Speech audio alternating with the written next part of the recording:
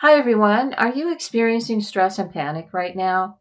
If you are, you're in the right place because I'm going to teach you a somatic exercise will stop panic in its tracks. I'm Sue Schmidt, certified hypnotherapist, and let's dive right in so you'll get some relief. You're going to take a pillow and place it over your abdomen, and you're going to squeeze that pillow in and then let your shoulders relax and let your arms relax. And notice how that makes you feel. Your nervous system may start settling down right in this moment. Then we're going to practice a breathing exercise called the physiological sigh. And what you're going to do is you're going to inhale 2 sharp sniffs and then exhale out the mouth. Let's do that together.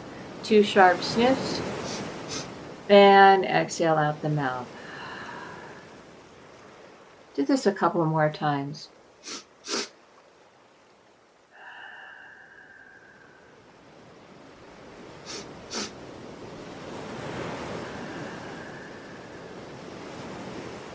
This breathing technique calms the nervous system.